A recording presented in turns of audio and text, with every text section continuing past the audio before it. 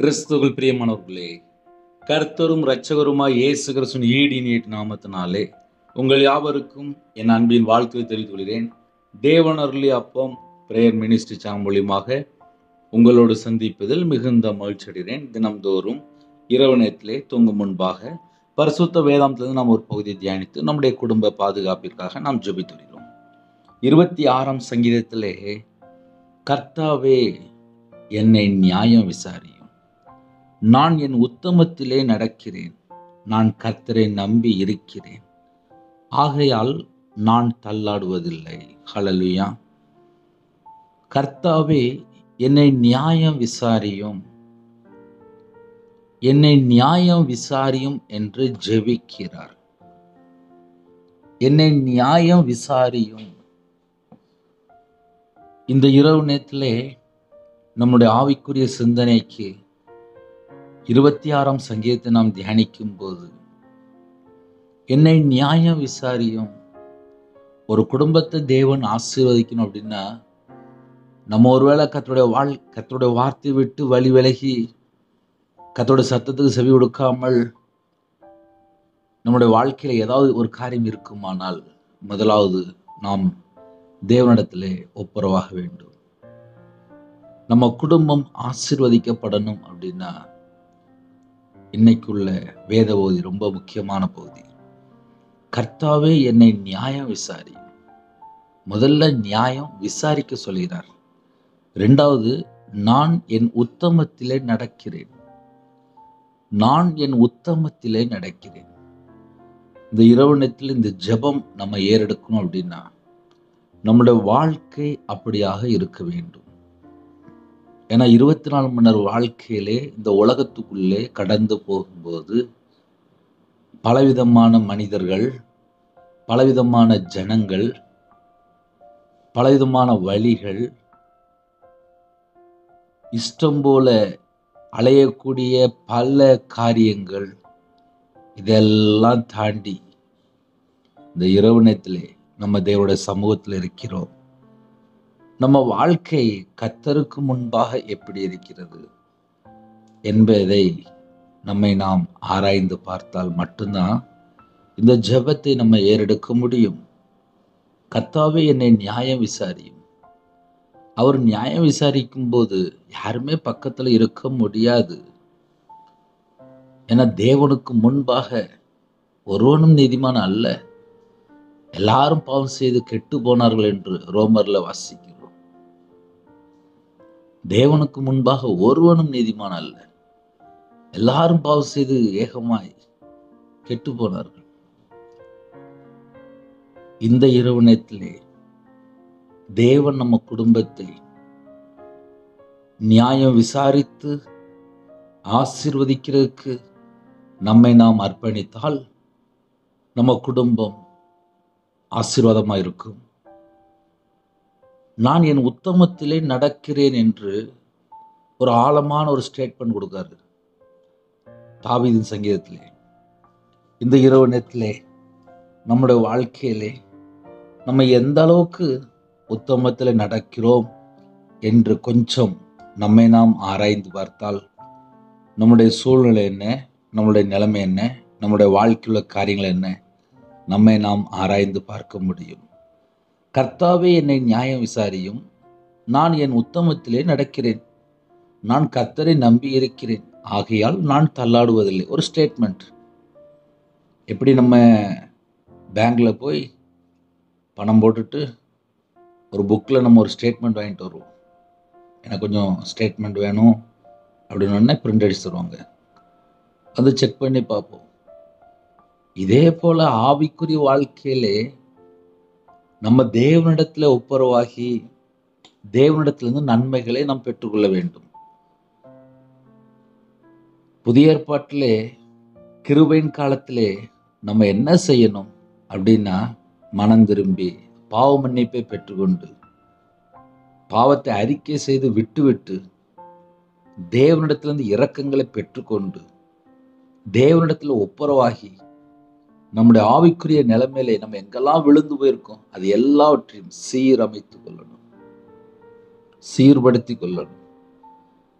மறுபடியும் தேவனோட ஒப்புரவாகி மறுபடியும் ஆவிக்குரிய வாழ்க்கையிலே நம்ம எங்கெல்லாம் விழுந்து போய் கிடக்கிறோமோ மறுபடியும் தூக்கி எடுக்க தான் இயேசு வந்தார். படுகுழியில் இருக்கிறோமா, இயேசு கிறிஸ்து தூக்கி எடுப்பார். நம்ம கிறிஸ்துவுக்குள் இருக்கும்போதுதான் நம்முடைய வாழ்க்கை தள்ளாடுவதில்லை. நம்ம இயேசு கிறிஸ்து மேல நம்பிக்கையா இருக்கும்போதுதான் நம்முடைய வாழ்க்கை தள்ளாடுவதில்லை. நமக்குள்ளே இயேசு கிறிஸ்து இருப்பாரானால் நம்முடைய வாழ்க்கை எல்லாமே ஆசீர்வாதமா இருக்கும்.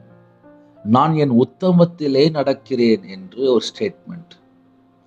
இந்த இரவு நேரத்திலே கர்த்தருடைய பிள்ளைகள் யாரெல்லாம் இணைந்திருக்கிறீங்களோ நம்மை நாம் சற்று ஆராய்ந்து பார்க்க வேண்டும். நான் என் உத்தமத்திலே நடக்கிறேன். நான் என் உத்தமத்திலே நடக்கிறேன். இந்த இரவு நேரத்திலே எத்தனையோ குடும்பத்திலே வேற வேற சூழ்நிலையில இணைந்திருப்பீங்களா? நம்முடைய வாழ்க்கையிலே நம்ம உத்தமத்திலே நடக்கிறோமா? உத்தமத்திலே நடக்கும்போது நம்முடைய கால் தள்ளாடுவதில்லை. நம்முடைய வாழ்க்கையில நம்ம எந்த ஒரு சூழ்நிலையிலுமே தள்ளாட மாட்டோம். நம்ம கர்த்தரை நம்பி இருக்கும்போது நம்முடைய வாழ்க்கையிலே தேவையில்லாத காரியங்கள் உள்ள வராது. ஒரு மனுஷன் கர்த்தரை மாத்திரமே நம்பி இருப்பானால் அந்த குடும்பம் ஆசீர்வாதமா இருக்கும். கர்த்தாவே, என்னை பரீட்சித்து என்னை சோதித்து பாரும், என் உள்ளந்திரியங்களையும் என் இருதயத்தையும் புடமிட்டு பாரும். முதல் வசனத்திலே என்னை நியாயம் விசாரியும் என்று எழுதப்பட்டிருந்துச்சு. ஆனால் 2வது வசனத்திலே சற்று வித்தியாசமாக என்னை பரீட்சித்து என்னை டெஸ்ட் பண்ணி பாருங்க, என்னை டெஸ்ட் பண்ணி பாருங்க. கர்த்தருடைய பிள்ளைகள் ஆவிக்குரிய வாழ்க்கையிலே அனுதினமும் நமக்கு ஒரு போராட்டம், சில குடும்பத்தில் சில பிரச்சனைகள், சில டெஸ்ட், பல சூழ்நிலை தான் நம்ம வாழ்ந்து கொண்டு இருக்கிறோம். அநேக உபத்திரங்கள் வழியாக தான் நம்ம பரலோக ராஜ்யத்துக்கு கடந்து போயிட்டு இருக்கோம். ரட்சிக்கப்பட்டுட்டோம் அப்படின்னு உடனே அடுத்த நாள் அப்படியே ஃப்ளைட் பிடிச்சி நேராக பரலோகத்துக்கு யாரும் போகல. நம்ம இந்த பூமியில தான் இருக்கிறோம். ஞானஸ்தானம் எடுத்தாச்சு, இயேசுவை சொந்த ரட்சகராக ஏற்றுக்கொண்டாச்சு, தேவனோட வார்த்தைக்கு நம்ம கீழ்ப்படிய ஆரம்பிச்சாச்சு, பரிசுத்தாவியை பெற்றுக்கொண்டாச்சு, அபிஷேகத்தை பெற்றுக்கொண்டாச்சு. நம்ம அந்த பூமியில தான் இருக்கிறோம். இந்த பூமியில இருக்கும்போது பலவிதமான டெஸ்ட் ஒவ்வொரு குடும்பத்திலையும் நடந்துட்டு இருக்கு. தாயும் தகப்பனுக்கும் கீழ்ப்படின்னு சொல்லி போட்டிருக்கு. கல்யாணம் முடிவு வரையும் அம்மா அப்பா சொன்ன வார்த்தைக்கு கீழ்ப்படிய வேண்டியிருக்கு. கல்யாணம் முடிஞ்சதுக்கு அப்புறம் கணவருடைய வார்த்தைக்கு கீழ்ப்படிய வேண்டியிருக்கு. அம்மா அப்பா கர்த்தருக்குள் வழி நடத்தினா மட்டும்தான் அந்த பிள்ளையோட வாழ்க்கை ஆசீர்வாதமா இருக்கும். கல்யாணம் முடிந்த பின்பாக கணவன் மனைவி முழு மனதோடு தேவனை தேடினாதான் ஆசீர்வாதமா இருக்கும். பிள்ளைகளை கர்த்தருக்குள் வழி நடத்தினாதான் ஆசீர்வாதமா இருக்கும். கர்த்தாவே என்னை பரீட்சித்து அப்படின்னா ஒரு வாலிப பிள்ளை இருக்கும். அந்த வாலிப பிள்ளை தேவனை உண்மையா தேடும். அழகா முழங்கால் போட்டு 1 மணி நேரம் நின்று ஜெபம் பண்ணிட்டு இருக்கும். அந்த வாலிப மகளுடைய கையில கொண்டு போய் ஒரு செல்போனை கொடுங்க, ஜெபம் பண்றது குறைஞ்சிருது. அதுக்கப்புறம் அடுத்த நாள் பார்த்தா காலையில லேட்டா எந்திரிக்கிறா. என்னன்னு சொல்லி கேட்டா, நைட்டு நான் லேட்டா தூங்கிட்டேம்மா, தூக்கமே வரலம்மா அப்படின்பா. அப்படின்னா என்ன அர்த்தம் அப்படின்னா, இந்த செல்போன் கையில போனதுக்கப்புறம் அவனுடைய வாழ்க்கையில் டைமிங் மாறிடுது. தூங்குற நேரம் மாறுது, எந்திரிக்கிற நேரம் மாறுது. பார்த்தா கையில் ஒரு செல்போன் தான். ஐயா, போன வாரம் நான் நல்லா ஜெபம் பண்ணினேன், இந்த வாரம் ஜெபம் பண்ண முடியல. என்னன்னு சொல்லி கேட்டா, கையில் செல்போன் வந்துட்டியா? இப்போம்லாம் நான் கொஞ்ச நேரம் செல்போனை பார்த்துருந்தேன், அதுலேயே அப்படியே லைட்டாக கண் வலிச்சிருது. கையில் பைபிள் எடுத்து வாசித்தா பொடி எழுத்துலாம் எனக்கு தெரிய மாட்டேங்கியா, அதனால பைபிள் ரொம்ப வாசிக்க முடியலையா, செல்போனே பார்த்துட்டு இருக்கு, எனக்கு அதுலேயே நேரம் போயிருது, அப்படியே படுத்து தூங்கிடுதையா. அப்போ ஆவிக்குரிய வாழ்க்கையிலே ஒரு மனுஷன் எந்த நிலைமையில இருக்கிறான்? கர்த்தரை விட்டு தள்ளி போயிட்டான். எப்போ தள்ளி போனா? ஒரு சின்ன செல்போன், அது கையில் வந்ததுக்கப்புறம் அதில் நிறைய காரியங்களை கற்றுக்கொள்கிறேன்னு சொல்லிட்டு கர்த்தரை விட்டு தள்ளி போயிருக்காங்க. ஒரு குடும்பம் பரீட்சையில் பாஸ் ஆகினா மட்டும்தான் அடுத்த லெவல், அடுத்த கிளாஸ், ஆவிக்குரிய வாழ்க்கையில் அடுத்த நிலைமைக்கு போகணும். அப்படின்னா பலவிதமான டெஸ்ட் நம்ம கையில் வரும்போது, செல்ஃபோனாக இருக்கலாம், அது பல குடும்பங்களாக இருக்கலாம், இல்லை ஃப்ரெண்டாக இருக்கலாம், நம்ம கூட இருக்கிற ஒரு நபராக இருக்கலாம், யாருனாலும் இருக்கலாம். கர்த்தாவே என்னை பரீட்சித்து டெஸ்ட் பண்ணி பார்க்க யாரோ ஒருத்தவங்க வருவாங்க. 1 மணி நேரம் நம்மகிட்ட நல்லா கதை பேசுவாங்க, 2 மணி நேரம் கதை பேசுவாங்க, ராத்திரி ஃபுல்லாக கதை பேசுவாங்க. ஆனால் அதனால் பிரயோஜனம் என்ன?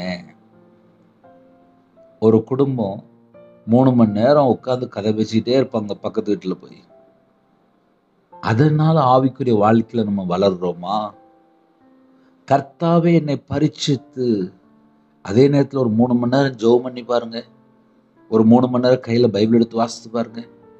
ஆவிக்குரிய வாழ்க்கையிலே நம்ம எங்கெல்லாம் விழுந்து போயிருக்கோம், நம்ம எப்படி வளரணும் என்பதை நாம் அறிந்து கொள்ள முடியும். பழைய ஏற்பாட்டிலே தாவீது ராஜாவுடைய வாழ்க்கையிலே பல காரியங்களிலே செல்போன் இல்லாமல் இருந்துச்சு. அவர் தேவனோடு எப்பொழுதும் தொடர்பில் இருக்கார். ஆனால் இந்த கடைசி காலத்தில் நம்ம வாழ்க்கையிலையும் பல சோதனைகள் வருது. இந்த பல சோதனைகள் வரும்போது நம்ம செல்போன் கையில் வச்சிருக்கிறோமா, இல்லை நம்ம தேவனை தேடுறோமா என்பதுதான் ரொம்ப முக்கியமான ஒரு கேள்வி. கர்த்தாவே என்னை பரீட்சித்து, என்னை சோதித்து பாரும், என்னை டெஸ்ட் பண்ணி பாருங்கப்பா, உமக்கு முன்பாக நான் எப்படி இருக்கிறேன், என்னை டெஸ்ட் பண்ணி பாருங்க. கர்த்தருடைய பிள்ளைகள் ஆவிக்குரிய வாழ்க்கையிலே வளரணும் அப்படின்னா நம்ம தேவனுக்கு முன்பாக எப்படி இருக்கிறோம் எல்லாமே நம்ம செக் பண்ணி பார்க்கலாம். அப்ப தேவனுக்கு முன்பாக ஒரு குடும்பம் எப்படி இருக்கும், அதை வச்சுதான் ஆசீர்வாதம். அதனால கர்த்தருடைய பிள்ளைகள் யாரெல்லாம் இணைந்திருக்கிறீங்களோ, இரவு நேரத்திலே என்னை டெஸ்ட் பண்ணி பாருங்கப்பா, என்னை சோதிச்சு பாருங்க, நான் எப்படி வாழ்ந்துட்டு இருக்கேன், என்னை சோதிச்சு பாருங்க. ஒரு குடும்பம் கர்த்தருக்குள் நல்ல அழகா போயிட்டு இருக்கும். ஆனா வீட்டில் 3வது நபர், எக்ஸ்ட்ரா ஒரு நபர் வீட்டுக்குள்ள வரும்போது அந்த வீடு ஃபுல்லா குழப்பத்துக்குள்ள வந்துடும். என்னன்னு சொல்லி கேட்டா, வீட்டுக்குள்ள வந்த நபர் அவங்க ரட்சிக்கப்படாத ஒரு நபரா இருக்கும், அவங்க பிசாசின் பிள்ளையா இருக்கும், கர்த்தரை விட்டு தள்ளி போய் வாழ்ந்த ஒரு குடும்பமா இருக்கும். அவங்க நம்ம வீட்டுக்குள்ள வரும்போது நம்ம குடும்ப வாழ்க்கை ஃபுல்லா பல உபத்திரத்துக்குள்ள போயிடும், கஷ்டப்பட்டுரும். தேவன் ஒரு குடும்பத்தை பத்திரமா வைத்திருந்தால் அந்த வீடு வேலி அடைக்கப்படணும், அந்த வீட்டுக்குள்ள வேற யாரும் வரக்கூடாது. யோபனுடைய வாழ்க்கையில சத்துரு வரும்போது எல்லாமே அழிஞ்சு போயிட்டு. காரணம் என்ன? சத்துரு உள்ள வந்துட்டான். தேவன் வேலி அடைச்சுதான் வைப்பாரு. ஆனா சத்துரு போய் பர்மிஷன் கேட்பான், இந்த குடும்பம் நல்லா இருக்கே, இந்த குடும்பம் நல்லா இருக்கே, இந்த குடும்பத்தை நான் போய் சோதிச்சு பார்ப்பேன்னு சொல்லிட்டு பர்மிஷன் கேட்டே வந்துடுவான். ஒரு குடும்பம் ஏன் கஷ்டப்படுது அப்படின்னா, சோதிச்சு பார்க்கும்போது, டெஸ்ட் பண்ணி பார்க்கும்போது நிறைய குடும்பங்கள் தடுமாற்றம், நிறைய குடும்பங்கள் கண்ணீர் வாழ்க்கை, நிறைய குடும்பத்தில் துயரம் மட்டும்தான், துக்கம் மட்டும்தான், வேதனை மட்டும்தான், நெருக்கம் மட்டும்தான். அதுக்கு பின்னாடி என்ன இருக்கு அப்படின்னா சத்துரு. ஒரு குடும்பத்திலே சத்துரு போராட்டம் வந்துட்டா பலவிதமான காரியத்துல சோதிக்கப்படுறீங்களா, பல காரியத்துல பரீட்சைக்கு நிக்கிறீங்களா? அப்ப நம்ம என்ன செய்யணும்? தேவனை துதிக்கிற பிள்ளைகளா மாறணும், வேதத்தை நேசிக்கிற பிள்ளைகளா மாறணும், இரவும் போலுமாக தியானிக்கிற பிள்ளைகளா மாறணும், அந்நிய வாசல ஜெபிக்கிற பிள்ளைகளா மாறணும். அண்ணே, ஒருவேளை எங்க வீட்டுல அப்படி செய்ய முடியலையே அப்படின்னா, பக்கத்துல சர்ச் இருக்கா, நேரா சர்ச்சு கிளம்பி போயிருங்க, ஆலயத்துக்குள்ள போய் உட்கார்ந்து பைபிள் வாசிங்க, ஜெபம் பண்ணுங்க, தேவனை தேடுங்க. சர்ச்சு நடக்கா, சர்வீஸ் நடக்கா, இல்லை எழுப்புதல் கூட்டம் நடக்கா, அங்க போய் உட்கார்ந்துருங்க, அவங்களோடு இணைந்து ஜெபிங்க, ஆவியில பலப்படுங்க. நிறைய குடும்பத்துல என்ன பிரச்சனை நடக்கும் அப்படின்னா, வீட்டிலேயே புலம்பிட்டு இருப்பாங்க, சர்ச்சைக்கு போக மாட்டாங்க. கர்த்தருடைய பிள்ளைகள் ஆலயத்துல போய் தேவனை தொழுது கொள்ளுங்க. தேவனை ஆவியோடு உண்மையோடும் தொழுது கொள்ளும் போது நம்ம வாழ்க்கையில விடுதலை உண்டாகும். நம்ம எந்த காரியத்துல பரீட்சைக்கு நிக்கிறோமோ, எந்த காரியத்திலே நம்ம உபத்திரத்தோடு போயிட்டு இருக்கிறோமோ, அதிலே நமக்கு ஒரு விடுதலை கிடைக்கும். கர்த்தாவே என்னை பரீட்சித்து என்னை சோதித்து பாரும், என் உள்ளந்திரியங்களை என் இருதயத்தையும் புடமிட்டு பாரும். என் இருதயத்துக்குள்ள என்னெல்லாம் இருக்குன்னு சொல்லி தேவன் பார்த்தால் அதுக்கப்புறம் தான் ஆசீர்வாதம். ஒரு குடும்பத்திலே இருதயத்துக்குள்ளே என்னெல்லாம் இருக்கு அதை சோதித்து பாரும், புடமிட்டு பாரும். தங்கத்தை தான்ப்பா புடமிடுவாங்க, வெள்ளியை புடமிடுவாங்க, வெள்ளியை உருக்குவாங்க, தங்கத்தை புடமிடுவாங்க. இன்னைக்கு நம்ம இருதயத்துக்குள்ள என்னெல்லாம் இருக்குன்னு சொல்லி புடமிட்டால் அக்கினினாலதான் புடமிடுவார். அவருடைய வார்த்தை தான் அக்கினி. அந்த வார்த்தையை நம்ம இதயத்துக்குள்ள அனுப்பி புடமிட்டு பார்க்கும்போது நம்ம வாழ்க்கையில கர்த்தருக்கு பிரியமில்லாத எல்லா காரியமும் வெளியில போயிடும். அப்ப என்ன செய்யணும் அப்படின்னா, வசனம் வார்த்தை நிறைய இருதயத்துக்குள்ள போய்கிட்டே இருக்கணும். என் வாழ்க்கையிலே நான் சராசரி ஒரு வியாபாரி, அவ்வளவுதான். கையில பைபிள் எடுத்து வாசிக்க ஆரம்பிச்சதுக்கு தான் தெரிஞ்சது, உமது வேதத்தை விட்டு விலகுநாள் துன்மார்க்கர் என்று எழுதப்பட்டுச்சு. அதுக்கப்புறம் தான் யோசித்தேன், வேதத்தை விட்டு விலகி தானே வாழ்றேன், அப்ப துன்மார்க்கர் தானே. துன்மார்க்கருடைய வீட்டில் கர்த்தரின் சாபம் இருக்குன்னு சொல்லி போட்டுருந்துச்சு. அப்ப என்னோட வாழ்க்கையில ஆசீர்வாதம் குறைய இருந்துச்சு. அப்ப நான் எங்கேயோ கர்த்தரை விட்டு தள்ளி போயிட்டு இருக்கேன் என்பதை அறிந்து கொண்டேன். ஒரு குடும்பம் ஆசீர்வாதமா இருக்கணும் அப்படின்னா கர்த்தருடைய வார்த்தையை விட்டு வழி விலகி பெறக்கூடாது. இந்த கடைசி காலம் பல சூழ்நிலையில ஜனங்கள் பாதிக்கப்பட்டு இருக்கிறாங்க. யாராவது எனக்கு உதவி பண்ணுவாங்களா, யாராவது எனக்கு ஹெல்ப் பண்ணுவாங்களான்னு சொல்லி பல குடும்பத்திலே கண்ணீர் வடிக்கிற குடும்பம் உண்டு. இந்த இரவு நேரத்திலே கர்த்தாவே என்னை பரீட்சித்து என்னை சோதித்து பாரு, என்னை டெஸ்ட் பண்ணி பார்த்துருங்கப்பா, என் உள்ளந்திரியங்களையும் என் இருதயத்தையும் புடமிட்டு பாரு. தங்கத்தை உருக்கிறது போல என் இருதயத்துக்குள்ள என்னெல்லாம் இருக்கு அதெல்லாம் உருக்கி பாருங்கப்பா. என் இருதயத்துக்குள்ள என்னெல்லாம் இருக்கு எல்லாம் புடமிட்டு பாருங்கப்பா. அப்படி ஒரு ஜெபம் இருக்குமானால் நம்ம கர்த்தரை விட்டு தள்ளி போகவே மாட்டோம். ஏன்னா நம்ம ஜெபம் எப்படி இருக்கோ, நம்மளுடைய ஆவிக்குரிய வாழ்க்கை எப்படி இருக்கோ, அதை வச்சுதான் நம்ம குடும்பம் ஆசீர்வாதமா இருக்கும். ஒரு குடும்பம் ஆசீர்வாதமா இருக்கணும் அப்படின்னா அவங்க வாழ்க்கையில அவங்க தேவனை எப்படி தேடுறாங்க, அது ரொம்ப முக்கியம். என் இருதயத்தையும் புடமிட்டு பாரும், என் உள்ளந்திரியங்களையும் புடமிட்டு பாரும். என் இருதயத்துக்குள்ள என்னெல்லாம் இருக்கு எல்லாத்தையும் புடமிட்டு பாருப்பா. உம்முடைய கிருபை என் கண்களுக்கு முன்பாக தான்ப்பா இருக்கு. உம்முடைய சத்தியத்திலே நடந்து கொள்கிறேன். அதுல கடைசியில் ஒரு பாயிண்ட் சொன்னார்ல, உம்முடைய சத்தியத்திலே நடந்து கொள்கிறேன், உம்முடைய சத்தியத்திலே நடந்து கொள்கிறேன்.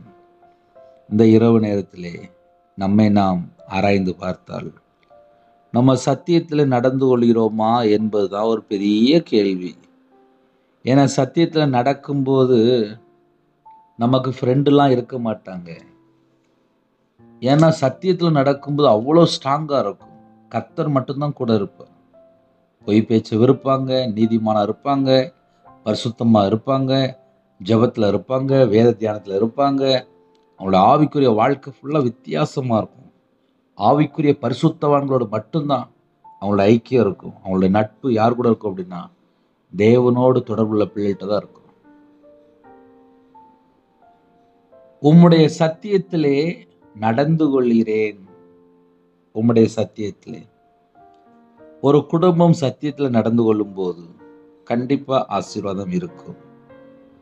வீணரோடே நான் உட்காரவில்லை, வீணரோடே வீணரோட நான் உட்காரவில்லை, வஞ்சகரிடத்தில் நான் சேர்வதில்லை. பொல்லாதவர்களின் கூட்டத்தை பகைக்கிறேன், துன்மார்க்கரோட உட்காரேன்.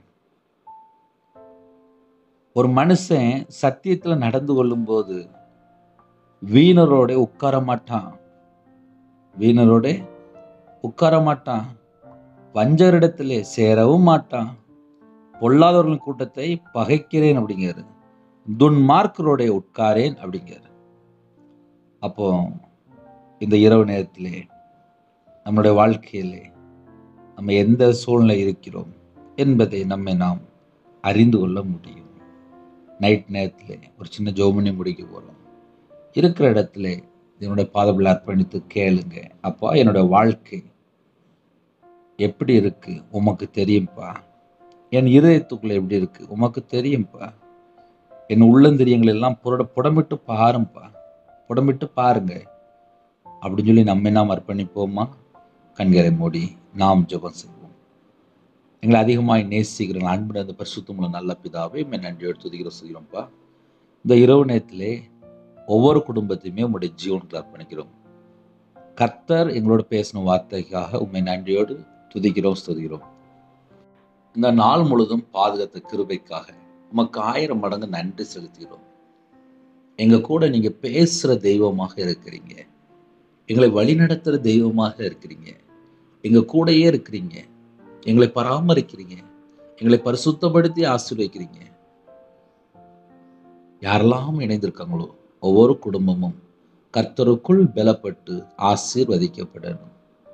நித்திய ஜீவனுக்குள்ள நாங்கள் எல்லாரும் வரணும், பங்குள்ள பிள்ளைகளா இருக்கணும். அப்பா, தாழ்த்திரோம், எங்களை அர்ப்பணிக்கிறோம்.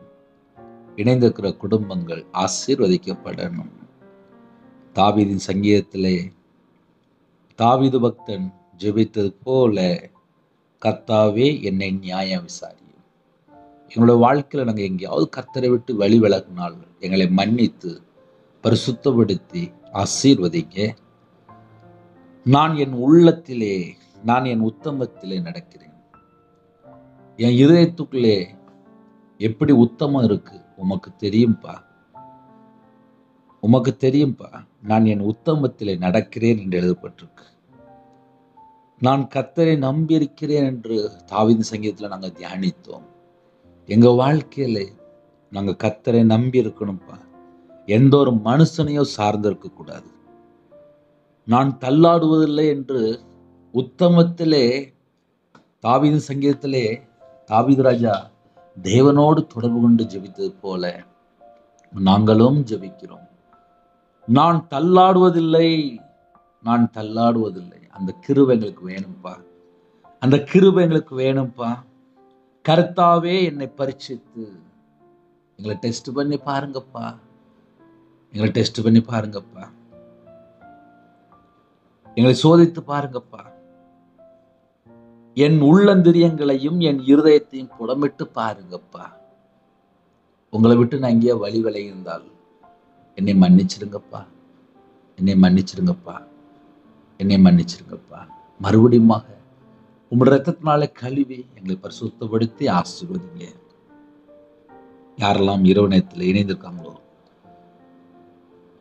அப்பா, உங்களுடைய சத்தியத்திலே நடந்து கொள்ள கிருபை தாங்க, கிருபை தாங்க, கிருபை தாங்க. இணைந்திருக்கிற எல்லா நாட்டில் உள்ள ஜனங்களையும் உங்களுடைய ரத்த கோட்டைகளை வேலை அடைங்க. உங்களுடைய பாதுகாப்பு வேணும். நைட் ஷிஃப்ட்ல டிரைவிங் லைன்ல போயிட்டு இருக்காங்க, பஸ்ல போறாங்க, கார்ல போறாங்க, ட்ரெயின்ல போறாங்க, ஃபிளைட்ல போறாங்க. எல்லாருக்கும் முன்னும் பின்னுமா தேவ தூதரை நிப்பாட்டுங்கப்பா. உங்களோட ரத்த கோட்டைகளை வேலை அடைங்க. எந்த விதமான ஒரு சேதத்துக்குள்ளேயோ பேரக்கூடாதுப்பா, எந்த விதமான ஒரு ஆக்சிடென்ட்டுக்குள்ளேயோ பேரக்கூடாதுப்பா.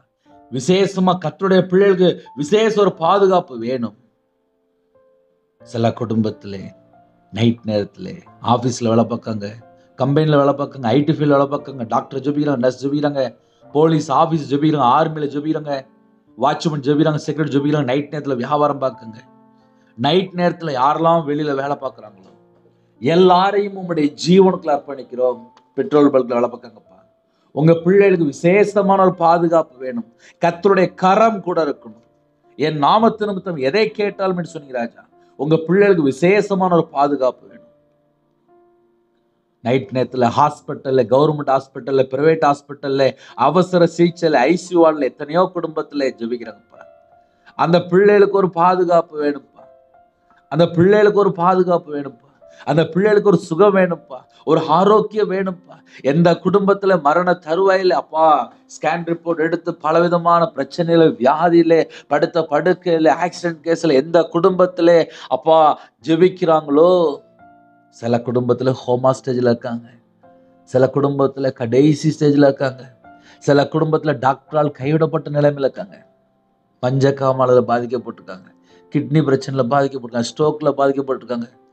சில குடும்பத்துல ஹார்ட் ஆபரேஷன், ஓப்பன் சர்ஜரி. சில குடும்பத்துல கை கால் வலி, நரம்பு வலி, கழுத்து வலி. சில குடும்பத்துல மார்புல கட்டி, சில குடும்பத்துல கேன்சர்ல பாதிக்கப்பட்டிருக்காங்க. பிளட் கேன்சர்ல பாதிக்கப்பட்ட சின்ன பிள்ளைகளுக்கு பிளட் கேன்சர். சரீரத்துல பல இடத்துல பிளட் கேன்சர் அப்பா பரவி இருக்குப்பா.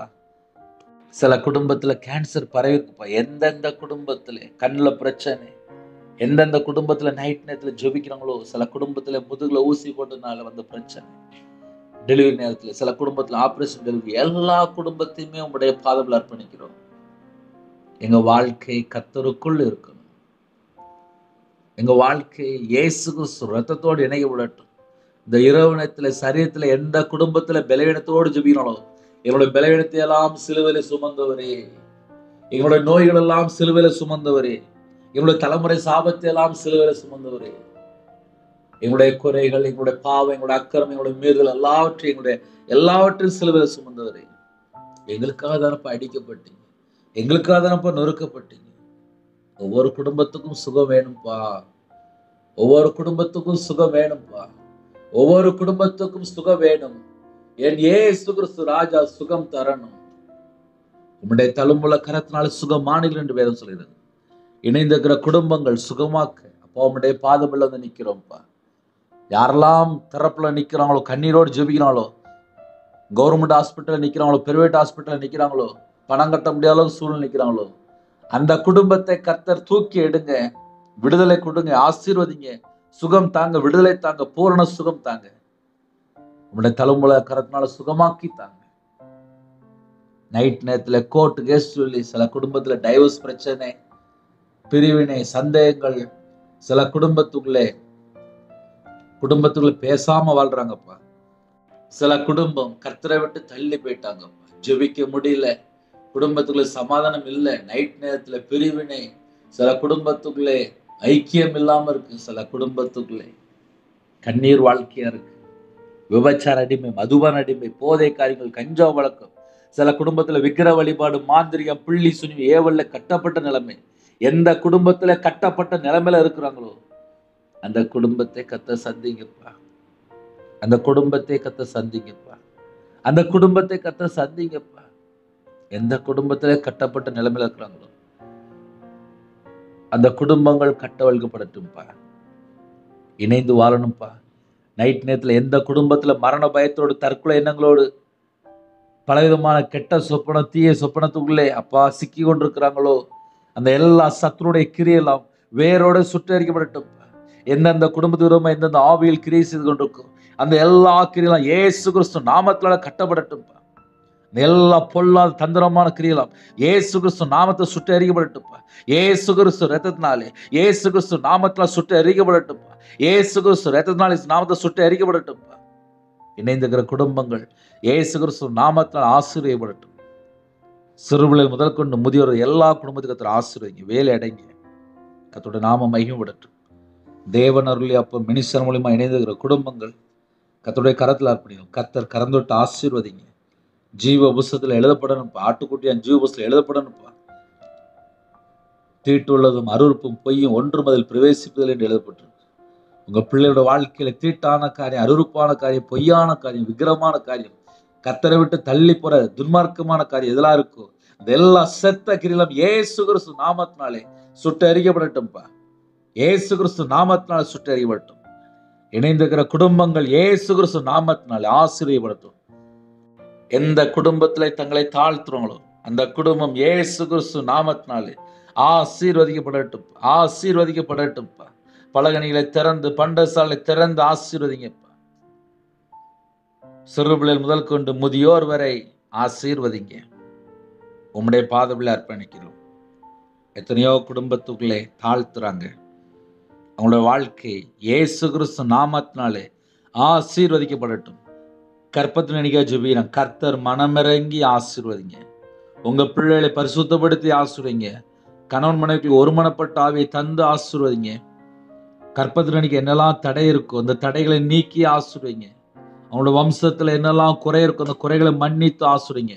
தலைமுறை சாபத்தை நீக்கி ஆசீர்வதிங்க. மாசமா இருக்க கர்த்தருடைய கரம் கூட இருக்கட்டும். தாயும் பிள்ளையுமா ஆசீர்வதிங்க. டெலிவரி போறாங்க, பரம வைத்தியர் கூட இருங்க. உங்க கரத்துல அர்ப்பணிக்கிறோம். இந்த இரவு நேரத்தில் எங்களுடைய ஆவியை உடைய கரத்துல அர்ப்பணிக்கிறோம். வரக்கூடிய காரியத்தை வெளிப்படுத்துங்க.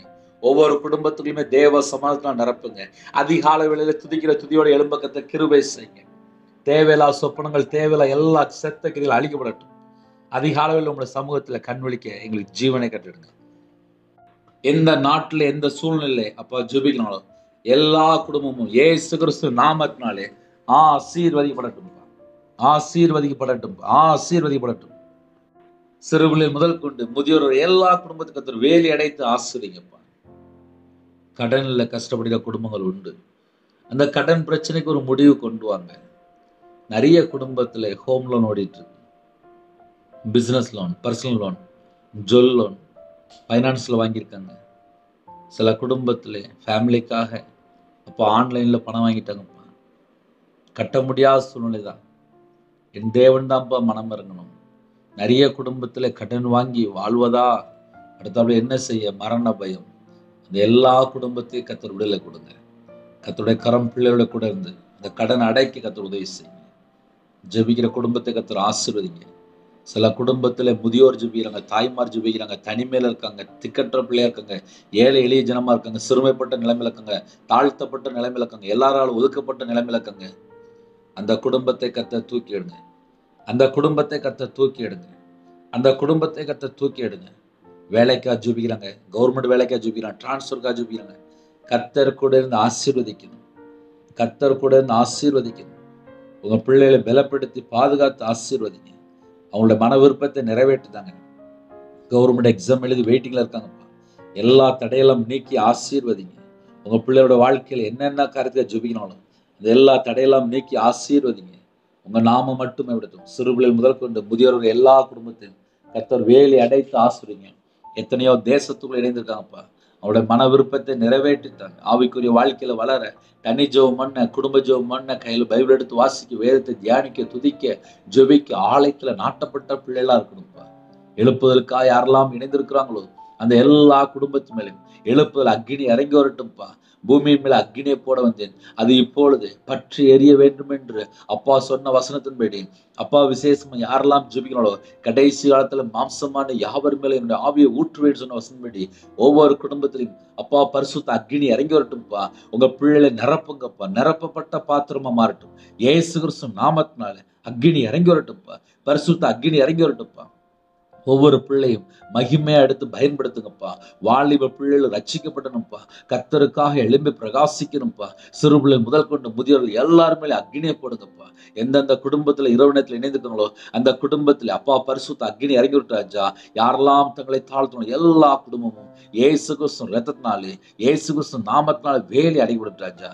விசேஷம் அந்த இரவு நேரத்தில் உங்களுடைய பாதத்தில் அர்ப்பணிக்கிறோம். அப்புரோஜனமான ஊழியக்காரப்பா. தேவனர்கள் அப்போ மினிஸ்டர் கர்த்தர் ஆசீர்வதித்தாங்க. கர்த்தருடைய கரத்துல தாழ்த்தி விடுவோம். துதிகான மகிமை எல்லாம் ஒருவருக்கே செலுத்திடுவோம். இயேசு கிறிஸ்து பிதாவே ஆமென். தேவனுக்கு மகிமை உண்டாதாக. கர்த்தர் தாமே உங்களையும் உங்கள் குடும்பத்தையும் சகல காரியத்திலும் சம்பூர்ணமா திருப்தியா கர்த்தர் கூட ஆசீர்வதிப்பாராக. ஆமென். கர்த்தராகிய இயேசுவின் கிருபையும் பிதாவாகிய அன்பும் பரிசுத்தனுடைய ஐக்கியமும் இப்பொழுதும் எப்பொழுது சதா காலங்களிலும் நம் மனைவி கொடுப்பதாக. ஆமென். கிறிஸ்துவுக்குள் பிரியமானவர்களே, 9363064182 நம்பர் உண்டால் நாங்கள் உங்களுக்காக குடும்பத்துக்காக ஜெபிப்போம். நீங்களும் ஊழியக்காக ஜெபித்துள்ளுங்கள். தொடர்ந்து இணைந்தீர்கள். கர்த்தர் உங்களையும் உங்கள் குடும்பத்தையும் ஆசீர்வதிப்பார். அதிக அளவில் ஜெபிக்கிறோம். அதையும் தொடர்ந்து கேளுங்கள். God bless you.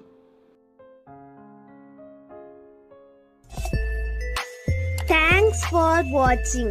Please subscribe our channel. Click the like and share. Click the bell. God bless you.